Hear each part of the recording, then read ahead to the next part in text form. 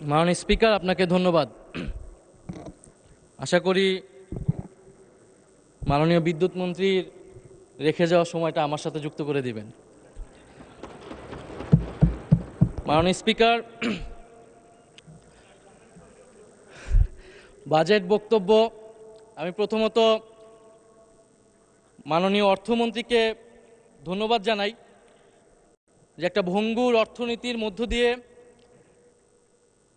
এই সরকার অনেকের অনেক চাহিদা, অর্থনৈতিক সংকট এর মধ্য দিয়ে যে কোনো অর্থমন্ত্রীর একটা বাজেট পেশ করা আসলেই অনেক দুরূহ কাজ, দুঃসাধ্য কাজ।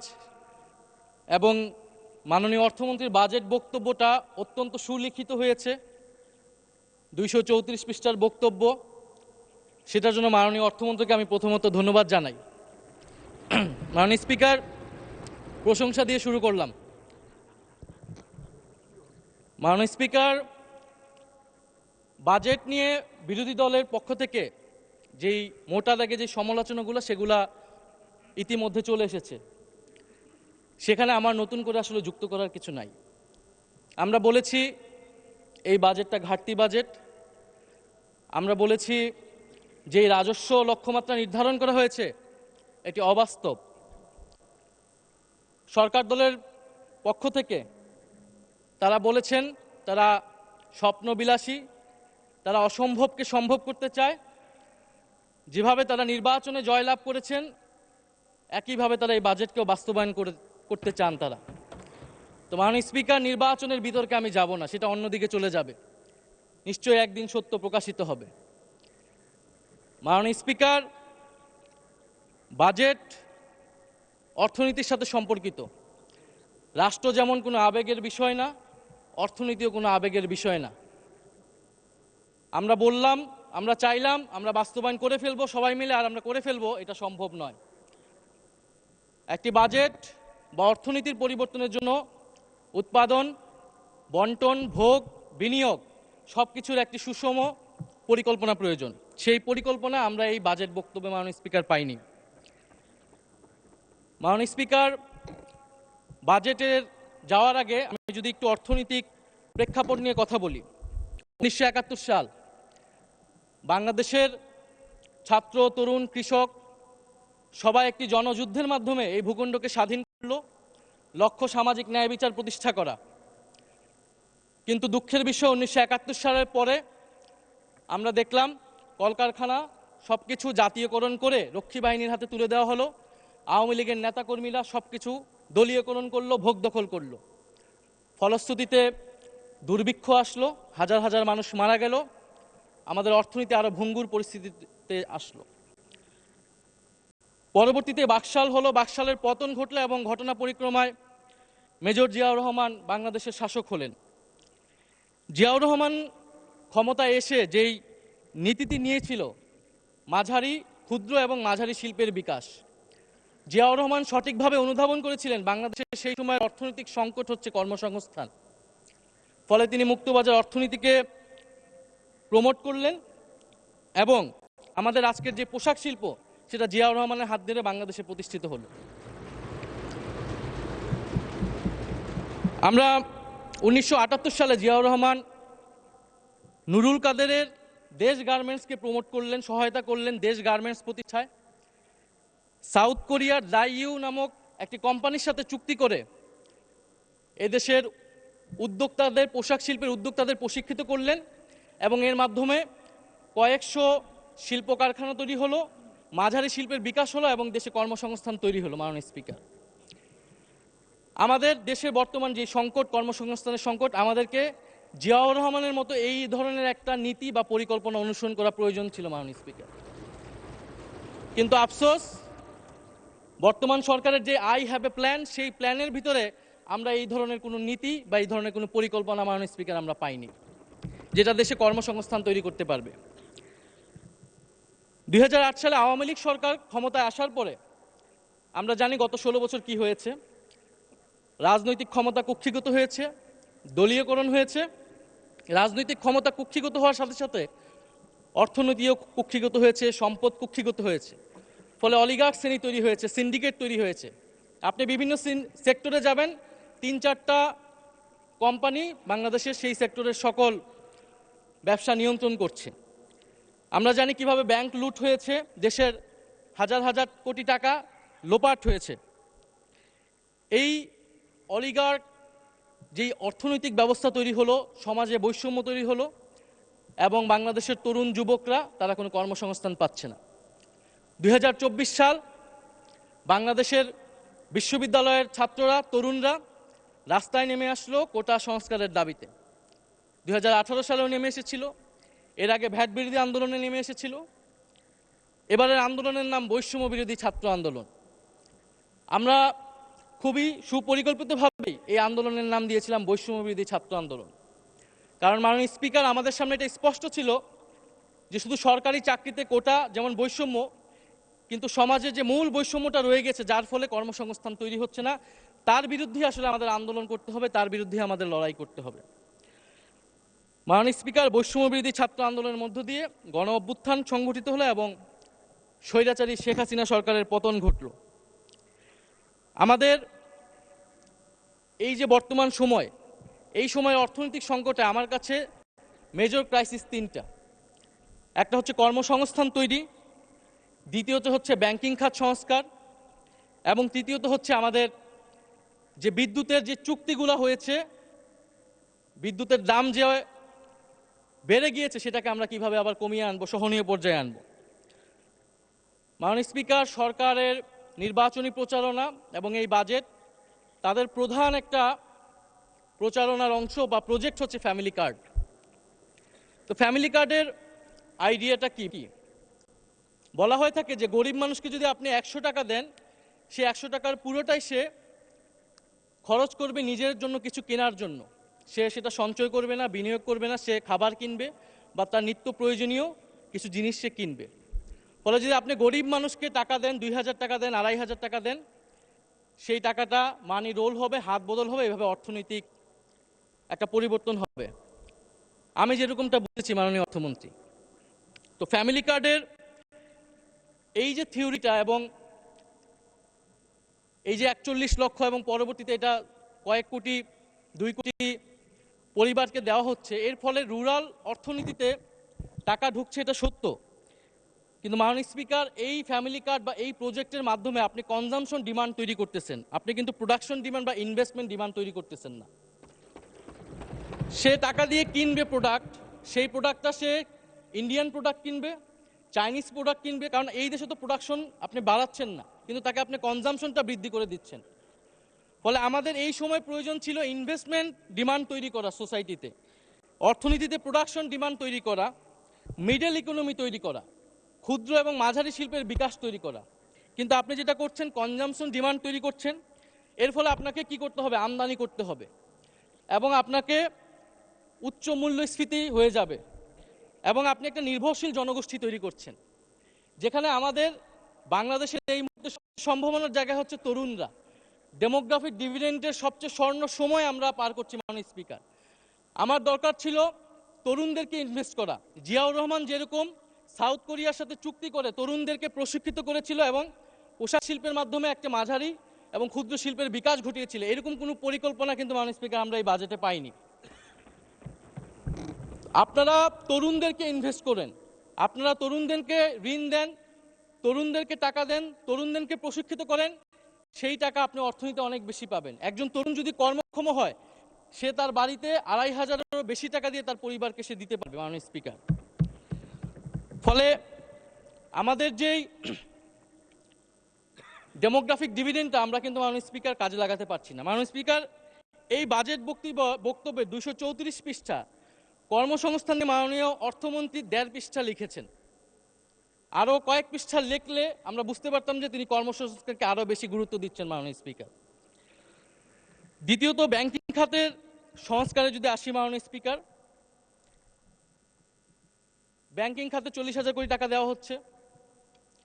ব্যাংক রেজুলেশন আইন এই সরকার এসে বদল করেছে, সংস্কার করে যারা ঋণ খেলাপি ছিল, যারা দেশের টাকা পাচারকারী ছিল, তাদেরকে আবার সুযোগ দিচ্ছে।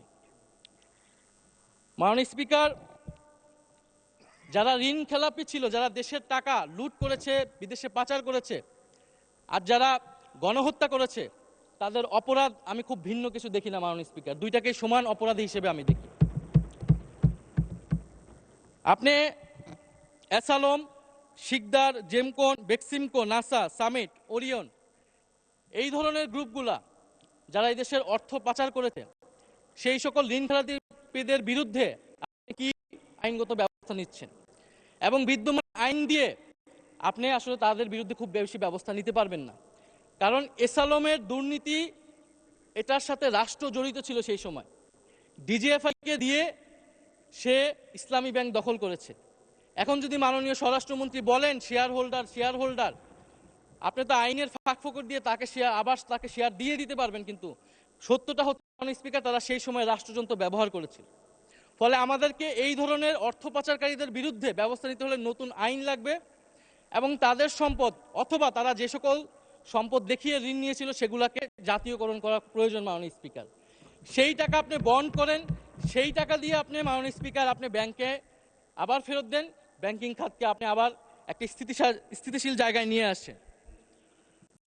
মাননীয় স্পিকার, বিদ্যুৎ মন্ত্রী আমার কিছুক্ষণ আগে বক্তব্য দিয়ে গেলেন, যদি বিদ্যুতের দাম না কমে তাহলে এইখানে কেউ বিনিয়োগ করবে না, শিল্প কলকারখানার খরচ বেড়ে যাবে। Bangladesh power development board BPDB এখন বর্তমানে বিদ্যুৎ কেনে 12 টাকায়, বিক্রি করে 60 টাকায়। বাকি টাকাটা সে ভর্তুকি দেয়, যেটা জনগণের ট্যাক্সের মাধ্যমে আবার সরকারের কাছে যায়। যদি 12 টাকায় বিক্রি করে 12 টাকা কিনে 12 টাকায় আবার বিক্রি করে, তাহলে বিদ্যুতের দাম বাড়াতে হবে 86%। মাননীয় স্পিকার, সরকার 17% বিদ্যুতের দাম বাড়িয়েছে এই সরকার হওয়ার পরে। গ্রামে গ্রামে লোডশেডিং হচ্ছে, মানুষ বিদ্যুৎ পাচ্ছে না। যদি আমাদেরকে এই ব্যবস্থা আমরা রাখি, আমাদেরকে এই সরকারকে অবশ্যই বিদ্যুতের দাম বাড়াতে হবে, সরকারের কিছু করার থাকবে না। কারণ আমরা জানি ক্যাপাসিটি চার্জের মাধ্যমে প্রতি বছর 99,000 থেকে 1,65,000 কোটি টাকা ক্যাপাসিটি পেমেন্ট দিতে হচ্ছে সরকারকে। তো এই যে চুক্তিগুলো হলো জরুরি আইন তৈরি করার মাধ্যমে, যেটা 14 বছর ছিল, এই আইনগুলো নিয়ে সরকার কি ব্যবস্থা নিবে? মাননীয় অর্থমন্ত্রী তার বাজেট বক্তব্যে একটি লাইন বলেছেন যে এটা নিয়ে তারা পর্যালোচনা করবেন এবং ব্যবস্থা নেবেন, প্রয়োজনীয় ব্যবস্থা। এটা তারা 31 দফাতেও বলেছিলেন। আমরা আরও সুস্পষ্টভাবে ওনাদের কাছ থেকে পদক্ষেপ আশা করেছিলাম যে যারা, এটা শুধু দুর্নীতি না, এটা পরিকল্পিতভাবে কাঠামোগতভাবে এটা বাংলাদেশের অর্থ লুট করা হয়েছে, বাংলাদেশের বিদ্যুৎ সেক্টরকে ধ্বংস করে দেওয়া হয়েছিল, তাদের বিরুদ্ধে আপনারা কি ব্যবস্থা নেবেন? আপনি আদানি চুক্তির বিরুদ্ধে কি ব্যবস্থা নেবেন? আদানির সাথে যে চুক্তি হয়েছিল, আপনি সামিটের বিরুদ্ধে কি ব্যবস্থা নেবেন? আপনি এসালামের বিরুদ্ধে কি ব্যবস্থা নেবেন? আমরা জানি এই চুক্তিগুলো সার্বভৌম, ফলে আমাদেরকে আন্তর্জাতিকভাবে এটা লড়াই করতে হবে এবং প্রমাণ করতে হবে যে এখানে দুর্নীতি হয়েছিল। অন্তর্বর্তী সরকারের সময় অনেকগুলো দুর্নীতির প্রমাণ কিন্তু মাননীয় স্পিকার সংগ্রহ করা হয়েছিল। এখন সরকারের সদিচ্ছার বিষয় যে সরকার এটাকে কাজে লাগাবে কিনা। সরকার যদি এটাকে কাজে না লাগায়, কোনোভাবেই সরকার বিদ্যুতের দাম সহনীয় পর্যায়ে রাখতে পারবে না। মাননীয় স্পিকার, আমরা প্রতিরক্ষা খাতের কথা বলি। প্রতিরক্ষা খাতে মাননীয় অর্থমন্ত্রী বাজেট বক্তব্যে একটি প্যারাগ্রাফও লেখার সময় পান নাই। মাননীয় স্পিকার, আমরা আশা করেছিলাম একটা ন্যাশনালিস্ট পার্টি, জাতীয়তাবাদী দল আমাদের প্রতিরক্ষা খাত নিয়ে কী ধরনের পরিকল্পনা করছে। সেখানে প্রতিরক্ষা খাতের যে বরাদ্দ দেওয়া আছে সেটার পরিচালন ব্যয়তেই বেশিরভাগ বরাদ্দ মাননীয় স্পিকার চলে যাবে। দ্বিতীয়ত, আমাদের পরিবেশ এবং জাতীয় সম্পদ আমাদেরকে কিভাবে সুষ্ঠু ব্যবহার করতে পারি সেটা নিয়ে কিছু আমি মনে করি গুরুত্বপূর্ণ কথা এই বক্তব্যে এসেছে। মাননীয় স্পিকার, আরেকটি গুরুত্বপূর্ণ বিষয় হচ্ছে মাননীয় অর্থমন্ত্রী তার বক্তব্যে অর্থনীতির গণতন্ত্রায়নের কথা বলেছেন, ডিরেগুলেশনের কথা বলেছেন, অর্থনীতির পুনরুদ্ধার, পুনর্গঠন, অনেক সুন্দর সুন্দর কথা বলেছেন। যেই কথাগুলো, এই ধরনের অনেক সুন্দর সুন্দর কথা আমরা দেখেছি ফ্যাসিবাদের সময় বিএনপি 31 দফাতে বলেছিল। রাষ্ট্র মেরামতের রূপরেখা, রাষ্ট্র সংস্কারের রূপরেখা, 31 দফা। জুলাই সনদে আমরা দেখেছি বিএনপি স্বাক্ষর করেছিল, এটার পক্ষে ভোট চেয়েছিল এবং মাননীয় স্বরাষ্ট্রমন্ত্রী খুবই সৎভাবেই এই সংসদে জাতির সামনে স্বীকার করেছিলেন যে নির্বাচনের জন্য আপোষ করে সাইন করেছিল। ফলে এই সরকারের অনেক ভালো কথা আমরা আসলে বিশ্বাস রাখবো কিভাবে? অর্থনীতির গণতন্ত্রায়ন আপনি করবেন, রাজনীতির গণতন্ত্রায়ন যদি আপনি কিভাবে না করবেন? রাজনৈতিক সংস্কার যদি না হয়, যদি সুশাসন নিশ্চিত না হয়, যদি জুলাই সনদ বাস্তবায়ন না হয়, তাহলে আপনি কিভাবে অর্থনীতির সংস্কার করবেন মাননীয় স্পিকার? আপনি কিভাবে করবেন? আপনি দুদক সংস্কার করবেন কিনা, আপনি বিচার বিভাগ সংস্কার করবেন কিনা, আপনি সংবিধানের গণতান্ত্রিক সংস্কারগুলো করবেন কিনা, এর উপর নির্ভর করবে আপনি অর্থনৈতিক সংস্কার এবং অর্থনৈতিক গণতন্ত্রায়ন কতটা সফলভাবে করতে পারবেন। 31 দফাতে অর্থনৈতিক সংস্কার কমিশনের কথা করার কথা ছিল, সাংবিধানিক সংস্কার কমিশনের কথা ছিল, তো অর্থনৈতিক সংস্কার কমিশন কোথায় গেল মাননীয় স্পিকার? সাংবিধানিক সংস্কার কমিশন কোথায় গেল মাননীয় স্পিকার? তাহলে এগুলা কি জাতির সাথে প্রতারণা নয়? একইভাবে এই বাজেটকে যদি আমরা একটা প্রতারণার দলিল বলি, তাহলে মাননীয় স্পিকার আমরা কি খুব বেশি ভুল বলবো? মাননীয় স্পিকার, এই বাজেটে আমরা যেটা বলেছি যে রাজস্ব আপনি বাজেটে ঘাটতি বাজেট করছেন। কেন্দ্রীয় অর্থনীতিতে যখন মহামন্দা চলে তখন ঘাটতি বাজেট করে, তখন মুদ্রা ছেড়ে দেওয়া হয় যাতে চাহিদা বৃদ্ধি পাইলে কর্মচাঞ্চল্য তৈরি হবে, সমাজে অর্থনীতি বেগবান হবে। কিন্তু মাননীয় স্পিকার, এইখানে যেই আমাদের রাজস্ব ধরা হয়েছে আর আমাদের যে পরিচালন ব্যয় 6,21,000 কোটি টাকা, আমাদের কিন্তু এই রাজস্ব তো উঠবে না আমরা জানি, আমরা কিন্তু ঘাটতি বাজেট দিয়ে আমরা আসলে বিনিয়োগ করি যাতে পরবর্তীতে সুফলটা আবার রাষ্ট্র পায়, জনগণ পায়। কিন্তু আমাদের যে পরিচালন ব্যয় ধরা হয়েছে, এটাই কিন্তু মাননীয় স্পিকার আমাদেরকে ঋণ করা লাগবে, এবং এই ঋণ কোথায় গিয়ে শেষ হবে? বিগত আমলে আমরা দেখেছি দেশকে ঋণগ্রস্ত করা হয়েছে, প্রচুর ঋণ নেওয়া হয়েছে। ফলে ঠিক অর্থনৈতিক গুণগত পরিবর্তনটা বিগত সময় থেকে কোথায় হলো, এটা আমাদের কাছে মাননীয় স্পিকার ধরা পড়ছে না। মাননীয় স্পিকার, আমি একটু অন্য বিষয়ে যেতে চাই। আমাদের একজন সরকার দলীয় মাননীয় সংসদ সদস্য তার এক বক্তব্যে বলেছেন যে এখন অনেকে গাড়ি চড়ে, যে আগে তারা কি চড়তো বা রিক্সায় চড়তো, এখন তারা গাড়ি চড়ে, এরকম একটা কথা বলেছেন মাননীয় স্পিকার।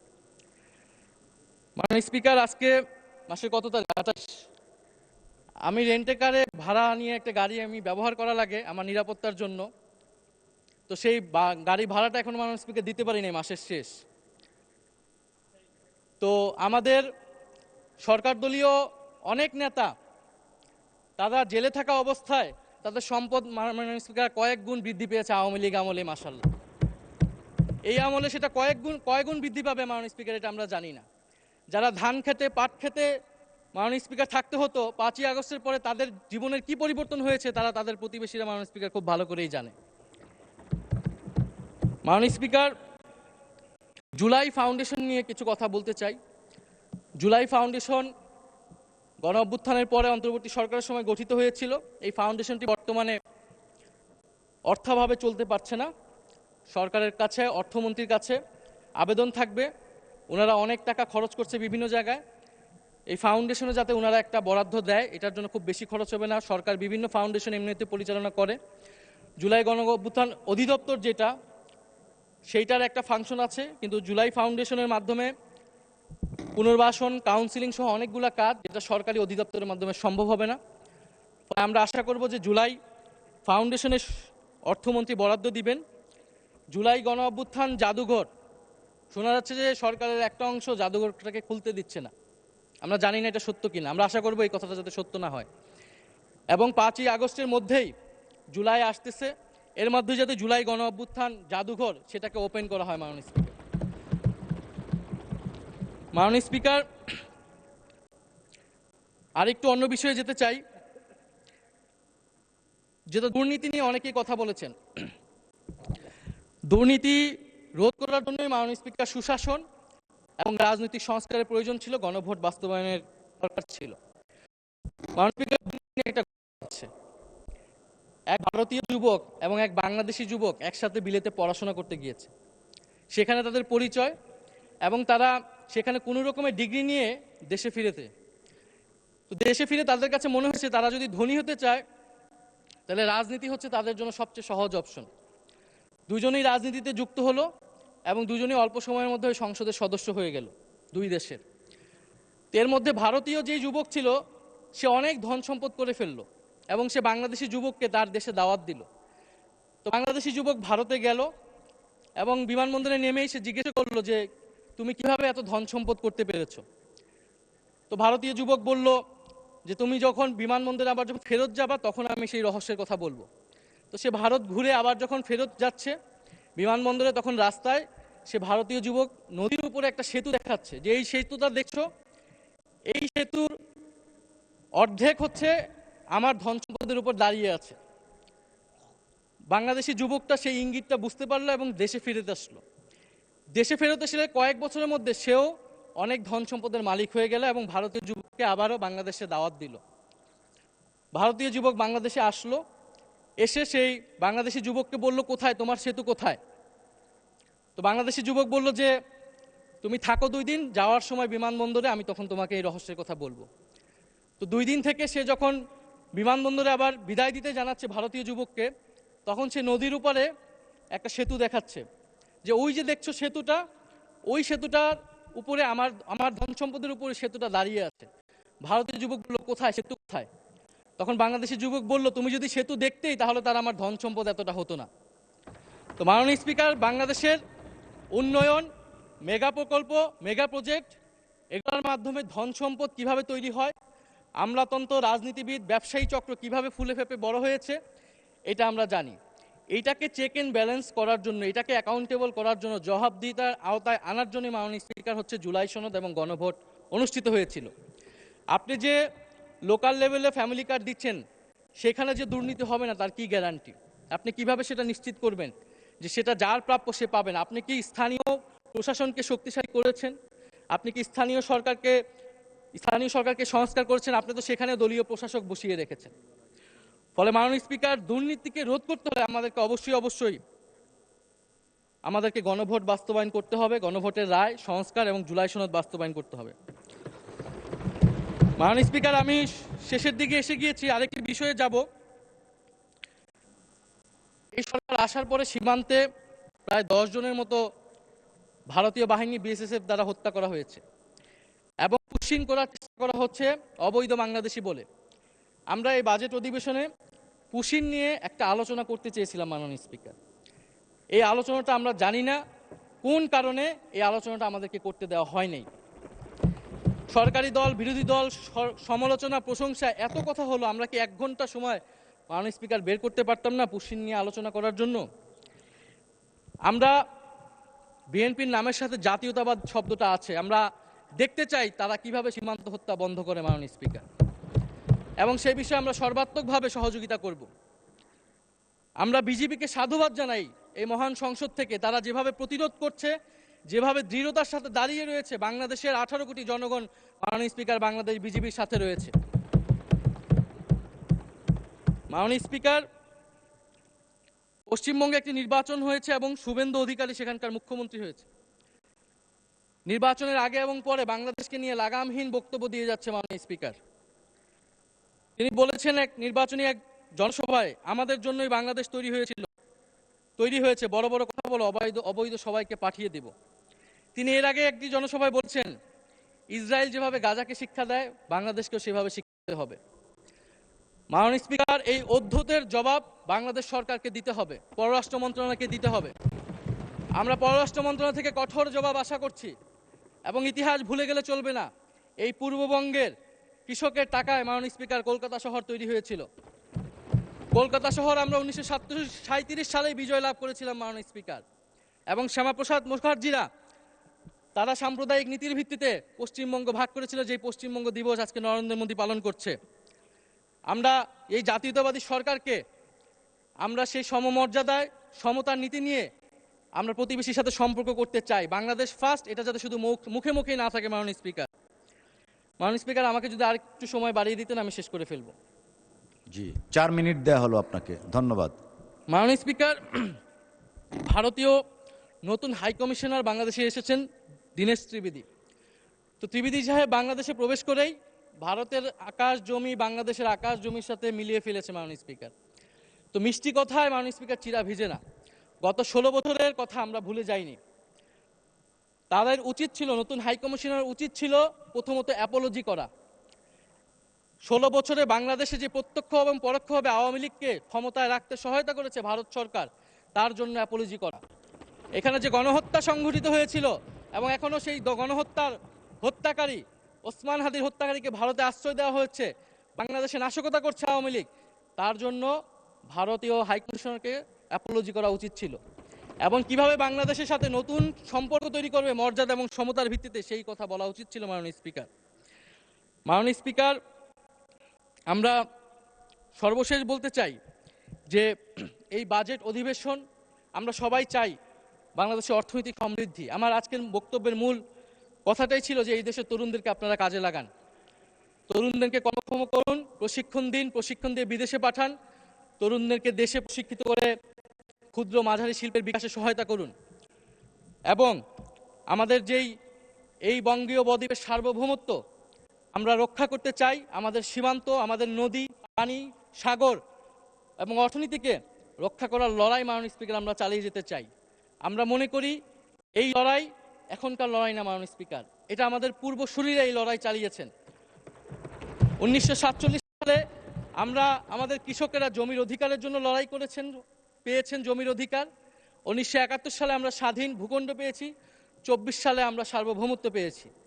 মাননীয় স্পিকার, এই লড়াই চালিয়েছিলেন হাজী শরীয়তুল্লাহ ফরাজি আন্দোলনের মাধ্যমে, এই লড়াই চালিয়েছিলেন তিতুমির বাঁশের কেল্লার মাধ্যমে, এই লড়াই চালিয়েছিলেন হাবিলদার রজবার সিপাহী বিদ্রোহে, এই লড়াই শাহজালাল চালিয়েছিলেন গৌর গোবিন্দের বিরুদ্ধে।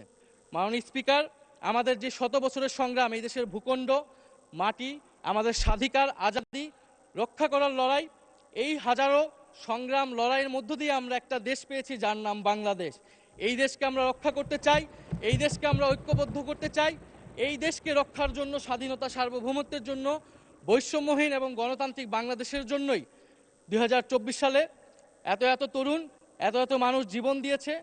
আমরা আশা করব সেই জীবনদান বৃথা যাবে না। ফলে বর্তমান সরকারের প্রতি আমাদের আহ্বান থাকবে যে দুর্নীতি বন্ধ করুন, জুলাই সনদ বাস্তবায়ন করুন এবং যারা টাকা পাচার করেছে, অর্থনৈতিকভাবে লুটপাট করেছে, তাদেরকে বিচারের আওতায় আনুন। ইনশাআল্লাহ আমরা ঐক্যবদ্ধভাবে এই বাংলাদেশ বিনির্মাণ করব এবং বাংলাদেশকে একসাথে নেতৃত্ব দিব। মাননীয় স্পিকার, আপনাকে ধন্যবাদ। ইনকিলাব জিন্দাবাদ।